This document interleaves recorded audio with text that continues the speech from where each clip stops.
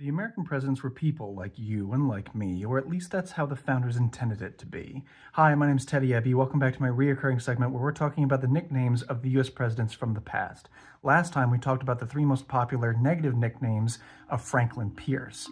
This time we're going to be talking about the three most positive nicknames of his successor, James Buchanan. The nicknames of the 15th US president are unique in that they point out two major things about him: his long career in government and a rather unusual personal life. And we'll jump right into positive nickname number one, where he was called Old Buck. This affectionate tag, used by friends and later in life in newspapers, framed the man as a long-term public man. He's a government man. The nickname was used by friends and allies to inspire trust.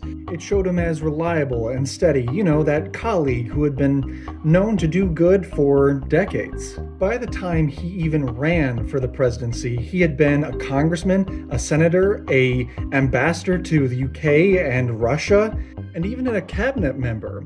So colleagues used this kind of folksy nickname to express just how experienced this man was. He wasn't some elite grasping at power. He was your coworker who had been with the company for a long time and, old buck. And this theme of a man who had been around the block and had enough experience to do the job well was reflected in a positive nickname number two, where he was also referred to as the old public functionary. This positive nickname showed up originally in the press, but was used actually by James Buchanan in his own State of the Union address in 1859.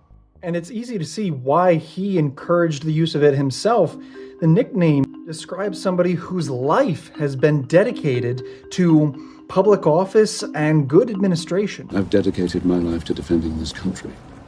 It presented him as a man who knew how Washington worked and a man who could keep things moving when there was increasing political gridlock as the United States began to break down as it approached the Civil War. That kind of methodical governance style was increasingly important in comparison to his predecessor, Franklin Pierce, who had seen the Bleeding Kansas incidents and several other incidences of political upheaval.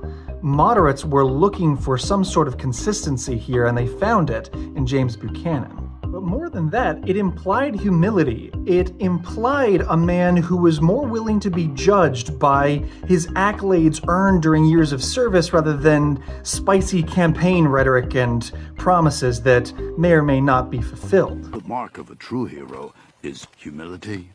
His opponents tried to use this negatively to paint him as this career bureaucrat, but those complaints slid right off him when you looked at his record of service. To his supporters, it didn't matter whether he lacked boldness because his civil service record was exemplary. But here drops the other shoe, where I was talking about the fact that yes, he had a long service career.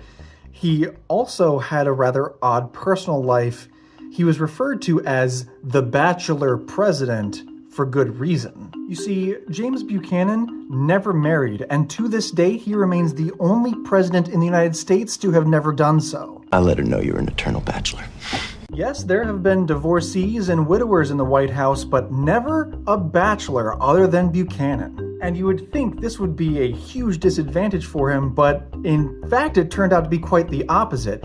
It was easy for his supporters to reframe him as almost Pope-like. Instead of marrying someone, he was married to the state. Supporters not only framed him as a man who had devoted his life to public service, but as someone who was free of familial concerns and used that freedom to govern incredibly effectively. You don't need a family.